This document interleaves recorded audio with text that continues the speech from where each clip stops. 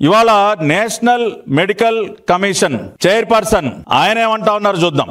National Medical commission chairperson doctor Abhijat Seth, PPP is the way forward for medical education. Medical education వైద్య విద్యని మరింత ముందుకు తీసుకెళ్ళటానికి PPP మోడలే అత్యుత్తమైనటువంటి model అని చెప్పి మేమంటలేదండి.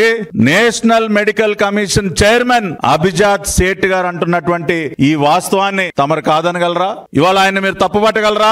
నేషనల్ మెడికల్ కమిషన్ మాట్లాడుతున్నది తప్పు, అది కరెక్ట్ కాదు అని తమరు చెప్పగలరా జగన్మోహన్ రెడ్డి అని అడుగుతా ఉన్నా నేను. ఇవాళ ఇదే విధానంలో నేషనల్ మెడికల్ కమిషన్ రికమెండ్ చేస్తున్నటువంటి విధానంలో నేషనల్ మెడికల్ కమిషన్ చైర్పర్సన్ ఏదైతే మాట్లాడారో దానికి అనుగుణంగా ఇవాళ రాష్ట్రంలో ఎన్డీఏ ప్రభుత్వం త్వరగా ఈ మెడికల్ కాలేజెస్ అన్ని కూడా పూర్తవ్వాలి. ఈ మెడికల్ కాలేజెస్ త్వరగా అందుబాటులోకి వచ్చినట్లయితే ఇక్కడ ఉన్నటువంటి విద్యార్థులు బాగుపడతారు, ఇక్కడ ఉన్నటువంటి పేద విద్యార్థులకి అదనంగా లబ్ధి చేకూరుతుంది.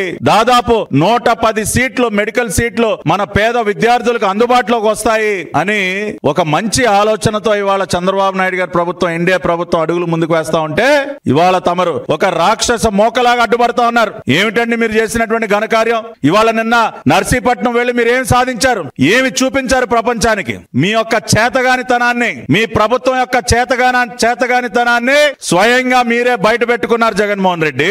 నిన్న నర్సీపట్నం వెళ్ళి అక్కడ ఉన్నటువంటి మొండిగోడలు చూపించి మీ ప్రభుత్వం ఒక దద్దమ్మ ప్రభుత్వాన్ని మీరే రుజువు చేసుకున్నారు. ఇవాళ ఆ రకంగా సగంలో పూర్తిగా కాకుండా వదిలేసినటువంటివి 10%, 15% అయినటువంటి పనుల్ని మళ్లీ తిరిగి పునఃప్రారంభించి ఇవాళ మెడికల్ సెక్టర్ లో పేరుగాంచినటువంటి సంస్థల యొక్క భాగస్వామ్యాన్ని ఆహ్వానించి వారి యొక్క సహకారంతో కేంద్రం ఇస్తున్నటువంటి నిధులను కూడా ఉపయోగించుకుని ఇవాళ ఈ కాలేజీలన్నీ పూర్తి చేయడం తప్ప మీరు విడుదల చేసినటువంటి జీవో 108 దాని ప్రకారం అడుగులు ముందుకు వేయడం తప్ప అని అడుగుతా ఉన్నా.